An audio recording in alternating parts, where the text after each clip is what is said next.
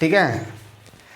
देखो many public utility services, जैसे जो पब्लिक यूटिलिटी सर्विसेज कौन होता है, जो हमको सप्लाई करता है, वाटर करता है, इलेक्ट्रिसिटी करता है, ठीक है, तो या टेलीफोन करता है जैसे जियो वाला, तो वी हैव टू जो होता है we have to pay access charge as well as users charge. Access charge, अभी एक्सेस चार्ज क्या होता है? एक्सेस चार्ज भैया जियो का मेंबरशिप चाहिए 100 रुपया पहले था, एक यूसेज चार्ज, ये दो तरह की चार्जेज होता है। आप इसका मेंबर बनने के लिए कुछ पैसा certain amount of money are required to pay, ठीक है, एक सर्टेन चार्ज होता है, उसके बाद आपको क्या करना है, यूज कीजिएगा उतना लगेगा, ठीक है, ये होता है। अब हमारे कंट्री में जो पुअर हाउस होल्ड होता है, परिवार को इकोनॉमिक्स में परिवार को हाउस होल्ड कहते हैं, उसको फ्री कॉस्ट में इलेक्ट्रिसिटी दिया जाता है, फ्री इलेक्ट्रिसिटी दिया जाता है, या फ्री पावर कहेंगे तो इलेक्ट्रिसिटी होती है, तो इसको हम लोग कहते हैं एक्सेस चार्ज, ठीक है। उन लोग को है दो, अभी गवर्नमेंट है कि 200 यूनिट बिजली फ्री, दिल्ली सरकार केजरीवाल की सरकार का कहना है 200 से ज़्यादा करोगे फिर देना पड़ेगा चार्ज, तो ये है यूसेज चार्ज। एक्सेस चार्ज उसका 200 तक फ्री है, गेट पास है। और इसी चीज़ को अगर फार्मर को दिया जाए फ्री बिजली या फ्री पावर, तो इसको हम लोग कहेंगे, किसको कहते हैं, यूसेज चार्ज। और भी क्लियर होगा। अब यहाँ पर ऐसा क्यों होता है, कैसे होता है? अगर कोई व्यक्ति someone intend to produce a goods या कमोडिटी, कोई भी व्यक्ति अगर इच्छा है उसको किसी चीज़ का प्रोडक्शन करने के लिए, तो उसको इनक्कर करना पड़ता है fixed cost of production. Fixed cost of production ऐसा चीज़ जिसमें हैवी इन्वेस्टमेंट की ज़रूरत होती है, बिल्डिंग हो, लैंड को एक्वायर करना पड़ता है, मशीनरी वगैरह एक्सेट्रा। उसी तरह कोई भी व्यक्ति अगर किसी चीज़ का कंजप्शन करना चाहता है, पब्लिक यूटिलिटी सर्विसेज का, चाहे टेलीफोन हो, बिजली हो, उसको कनेक्शन लेना पड़ता है, वो एक्सेस चार्ज है उसका। 1500 रुपया लगेगा कनेक्शन, उसके बाद जितना आप जलाइएगा उतना पर यूनिट बिजली आएगा, ठीक है। तो उसको भी इनक्कर करना पड़ता है, फी देनी पड़ती है एक्सेस चार्ज के लिए। तो कंजप्शन और प्रोडक्शन यहाँ दोनों में देखते हैं कि जो फिक्स्ड कॉस्ट होता है प्रोडक्शन में, और यहाँ पर एक्सेस कॉस्ट होता है, और कंपनी इसको चार्ज करती है 2 या 3 कंपोनेंट में। अब स्लैब होता है, स्लैब इनकम टैक्स में कैसे होता है, उसी तरह आप इतना कीजिएगा तो इतना मिलेगा, इतना कीजिएगा इतना, ये कंपनी हमारा कर रहा है, ठीक है। तो यहाँ पर ऐसा क्यों होता है, इसका मुख्य रीजन है CS यानी कंज्यूमर सरप्लस और कंज्यूमर सरप्लस और प्रोड्यूसर सरप्लस के कारण होता है, ठीक है। इसके कारण वो करता है, मान के चलिए अगर कंज्यूमर सरप्लस है, ये है और ये नहीं है, तब यहाँ पर क्या किया जाता है, कंज्यूमर सरप्लस को टेकन अवे किया जाता है या टेकन ले लिया जाता है प्रोड्यूसर के द्वारा, तो वो एक्सेस चार्ज, यूसेज चार्ज लगाने लगता है, क्योंकि उसका जो मार्जिनल कॉस्ट होता है वो प्राइस से एबव होता है। और रेगुलेटर, गवर्नमेंट इवन इसको परमिट करता है कि आप ऐसा करके जो एक्सेस कंज्यूमर सरप्लस है आप ले लीजिए, just charging use access charge, आप यूज कीजिए ना कीजिए।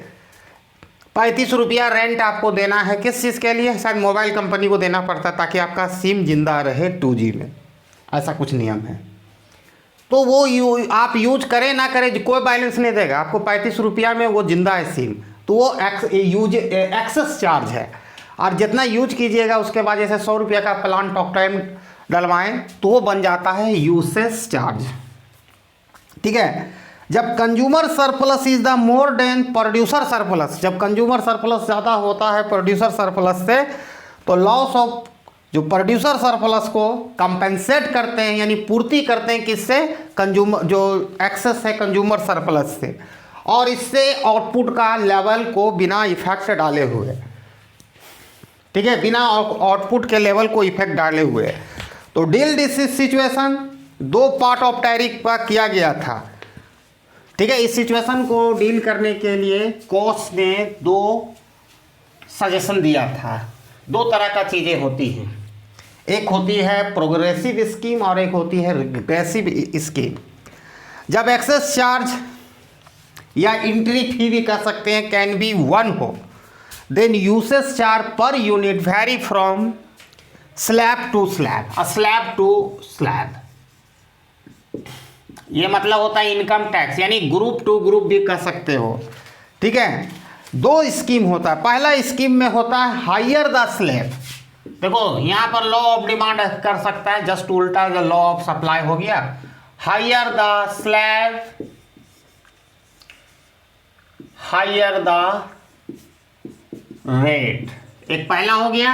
एक ये स्थिति हो सकता है higher the slab, higher the rate, indicating positive relationship, that is the law of supply. और दूसरा higher the slab, higher the slab, lower the rate. देखो यहां पर है कि दोनों ये इंडिकेट कर रहा है law of demand second word.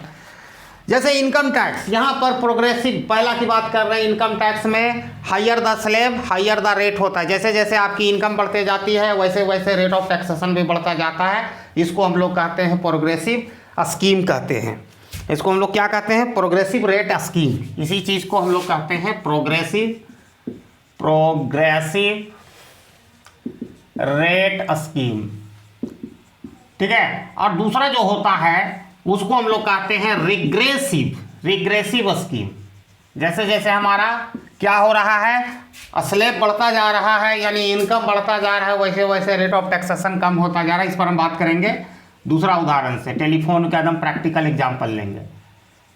ठीक है, दूसरा हम देखे होंगे, दूसरा की बात कर रहा है टेलीफोन और इंटरनेट के जो यूजर हैं, जहाँ क्वांटिटी ऑफ सर्विसेज जैसे जैसे तुम बढ़ाते जाओगे वैसे वैसे रिड्यूस पर यूनिट तुम्हारा कॉल रेट हो, इंटरनेट का जो फी है या जो है घटता जाएगा। ये वेरी सिमिलर होता है रिग्रेसिव रेट ऑफ स्कीम। देखना कि आप पावर में ही आप इतना यूनिट, जैसे 10,000 यूनिट जलाओगे, 50,000 यूनिट डलाओगे तो कम होता है। तुम्हारा भी दिमाग में ये चलता है कि भाई आप जब भी कोई सामान, जैसे एक वो मार्कर लेने जाएंगे 25 रुपया दाम है तो 30 रुपया भी हो गया तो 30 रुपया देख चल जाएगा, भैया हम 100 पीस लेंगे तो आप कम कीजिए, तो वहाँ पर कम हो जाता है जैसे जैसे रेट बनता है, तो वहाँ पर रिग्रेसिव रेट स्कीम चलता है।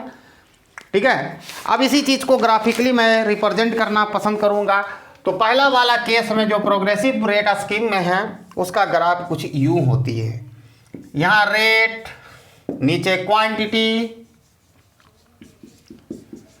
और यहाँ पर ओरिजिन। ग्राफ वेरी सिंपल है। अब इसको तो हम बढ़िया समझ रहे हैं, जैसे जैसे रेट बढ़ रहा है वैसे वैसे जैसे जैसे क्वांटिटी बढ़ रहा है, यहाँ से यहाँ तक एक यहाँ से यहाँ एक स्लैब हो गया, फिर दूसरा स्लैब में गए तो रेट बढ़ गया, इतना दूर तक गया, फिर यहाँ से क्वांटिटी आप जैसे बढ़ा रहे हो यहाँ से थोड़ा सा क्वांटिटी, तो फिर रेट बढ़ गया। इस तरह होता है।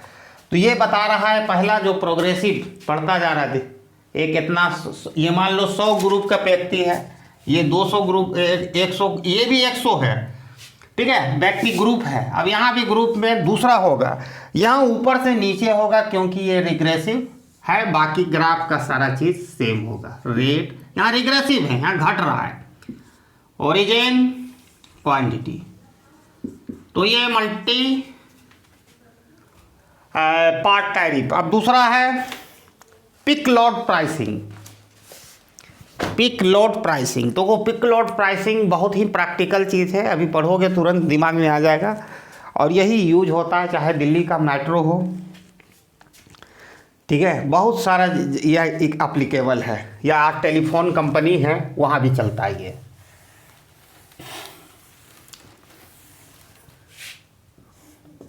पिक लोड प्राइसिंग, या बहुत हद तक इसको हम प्राइस डिस्क्रिमिनेशन कहते हैं। जैसे आप किसी को डॉक्टर को घर बुलाओगे तो ज़्यादा फी देना पड़ेगा, क्लिनिक में जाओगे तो कम हो जाता है। ऐसा क्यों? क्योंकि उसमें बहुत कुछ वो जोड़ता है कि अगर हम डॉक्टर मैंने वो देखता है कि हम एक पेशेंट को जाकर देखेंगे, मेरा आने और जाने में 2 पेशेंट देख लेते हैं, 3 पेशेंट देख लेते हैं, मेरा पेट्रोल खर्चा होगा, मेरे को टेंशन लेना पड़ेगा, रोड में रिस्क लेना पड़ेगा, बहुत सारा चीज़ होता है। अगर डॉक्टर 500 रुपया फीस ले रहा है 1000, तो आपके घर आएगा तो 10,000 भी ले सकता है। तो कुछ उसी तरह का अप्रोच यहाँ काम करना। इकोनॉमिक्स में हर चीज़ लागू होती है।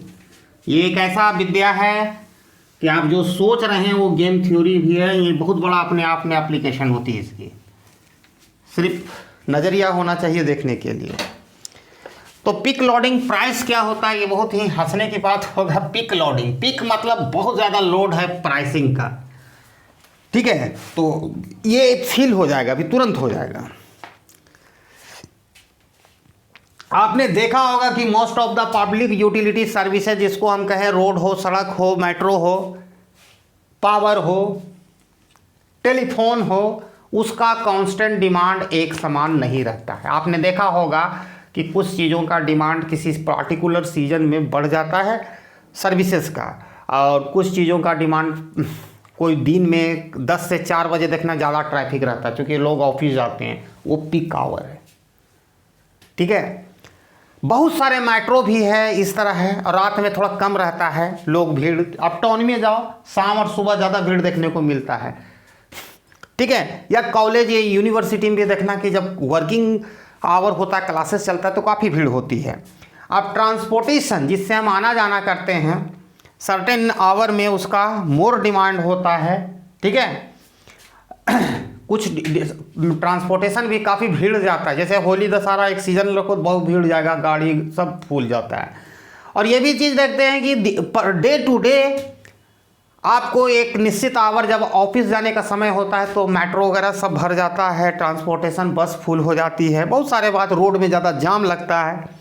जो लॉन्ग डिस्टेंस कॉल होती है उसका चार्ज सर्टेन पीरियड में ज़्यादा होता है, ठीक है। रेस्टोरेंट का भी डिफरेंट डिमांड होता है ओवर द वीक। संडे को ज़्यादा डिमांड होता है, लोग छुट्टी होता है तो मनाने आते हैं। वीक कोई सीजन वगैरह त्यौहार में बढ़ जाता है। Similar hotel for stay for different demand during the season end off season. और ड्यूरिंग द सीजन और ऑफ सीजन में होटल जो स्टे कहते हैं, जिसको मोटल भी कहते हैं, वहाँ भी डिमांड अलग अलग होता है, हर दिन एक जैसा नहीं हो रहा है। तो आप यहाँ देख रहे हो कि इन सभी केसेस में दो चीज़ क्लियर आ रहा है। एक हो रहा है पिक पीरियड, पिक पीरियड यानी बहुत ज़्यादा डिमांड, और दूसरा जो पीरियड होता है पिक डिमांड, और दूसरा हो रहा है नॉन पिक पीरियड, जहाँ पर कम डिमांड,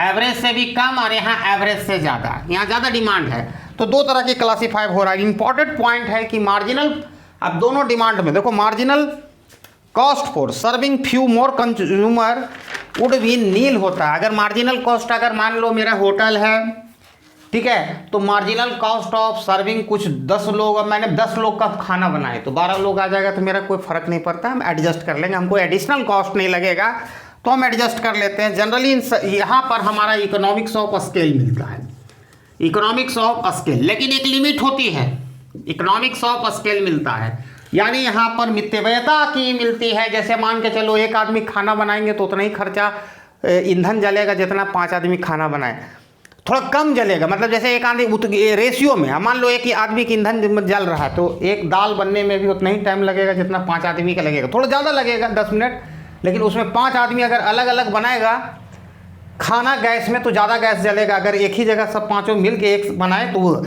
यहाँ इकोनॉमिक्स ऑफ स्केल होता है, ठीक है। लेकिन एक certain range of output produce करने के बाद ये इकोनॉमिक्स ऑफ स्केल कन्वर्ट हो जाता है डिस इकोनॉमिक्स में, डिस इकोनॉमिक्स ऑफ स्केल। यहाँ पर डिस इकोनॉमिक्स ऑफ स्केल में कन्वर्ट हो जाता है, और इसके कन्वर्ट होने से क्या होता है, ये रुको गिर मायन वक्त में गिर, रुको 1 मिनट चार्ज लगाने का।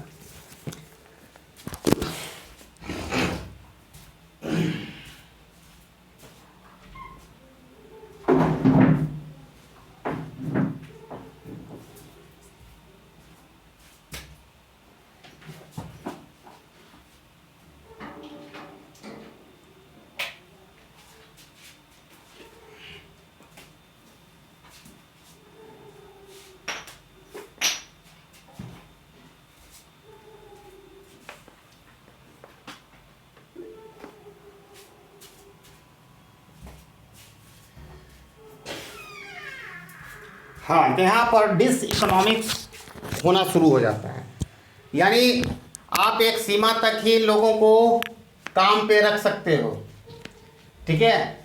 एक सीमा के बाद, जैसे एक रूम है, ठीक है, तो एक रूम है मेरा, मान के चलो एक हॉल है जिसमें मेरा 100 आदमी रखने का जगह है, तो नॉन पीक आवर में सिनेमा हॉल में मान के चलो हाउसफुल नहीं जा रहा है, 70 आदमी देख रहा है, लेकिन ये पीक डिमांड नहीं है, नॉन पीक डिमांड में हम उल्टा लिख दिए, इधर होना चाहिए non peak hour, non peak hour इधर होगा पीक आवर, ठीक है, पीक डिमांड। तो यहाँ पर नॉन पीक डिमांड में इकोनॉमिक्स ऑफ स्केल मिलता है, जिसमें जान लो 100 आदमी की जगह है लेकिन हम 70 आदमी को दिखा रहे हैं, तो यहाँ पर 30 आदमी और भी आ जाएगा तो फर्क नहीं पड़ेगा, इकोनॉमिक्स ऑफ स्केल से ले लेंगे। लेकिन यहाँ ऑलरेडी 100 का है और यहाँ पर 150-200 व्यक्ति आ रहा है, तो उसके लिए हमको अलग से कुर्सी लगाना पड़ेगा, बहुत सारे चीज़ करना पड़ेगा, इसलिए यहाँ पर क्या होता है, रेट जो होता है हाई रखते हैं, और यहाँ पर हम रेट को लो रखते हैं। इसका लॉजिक बहुत बड़ा है, वही लॉजिक आज हम समझेंगे। लोअर रेट रखते हैं, देखा कि पहले भी होता था कि आप फ़ोन करो, रिंग का आता था, हमारे ज़माना में बहुत अच्छा था, हम लोग यूज करते थे, तो इधर से फ़ोन करते थे, जैसे 12 बजे से लेके सुबह 6 बजे तक फ्री में बात होता था, ताकि कम से कम इस बहाना से लोग तो रिंग का फ़ोन रखे और इधर बहुत हाई रेट कॉल होता था। तो इस तरह का कुछ सिचुएशन होती हैं, क्योंकि जो नॉन पीक आवर में है सर्विसेज को स्टोर नहीं किया जा सकता। 70 गो सीट है तो 100 गो सीट है, जिसमें 30 गो देखा तो 30 गो का हम स्टोर नहीं कर सकते हैं, वो सर्विस 30 गो के लिए चल चुका है, क्योंकि हम सर्विस को स्टोर नहीं किया जा सकता है, ठीक है। और इसका क्या मकसद होता है, पिक लोडिंग प्राइसिंग का एक distribution across the time can be manage charging to different price, एक हाई रेट प्राइस है, एक लो रेट प्राइस चार्ज करते हैं, और इससे क्या करते हैं, लोड ऑफ सर्विसेज को यूनिफॉर्म बनाते हैं। अब इसमें क्या होगा कि जो भैया जिसको ज़रूरत होगा, वही हम एक एग्जांपल लेंगे तो भी क्लियर हो जाएगा।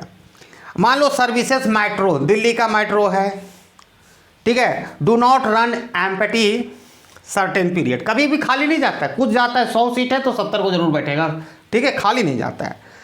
तो इसमें बैलेंस किया जाता है, दोनों के बीच बनाया जाता है, पीक पीरियड और नॉन पीक आवर में चार्जिंग डिफरेंट प्राइस ऐसे। अब इस अप्रोच को कैसे यूज किया जाता है, क्यों लो रेट और हाई रेट किया जाता है, भीड़ को कंट्रोल करने के लिए। लेकिन कैसे, some of demand can be shifted, कुछ डिमांड है कि उसको शिफ्टेड किया जा सकता है, creating significant differences between two price.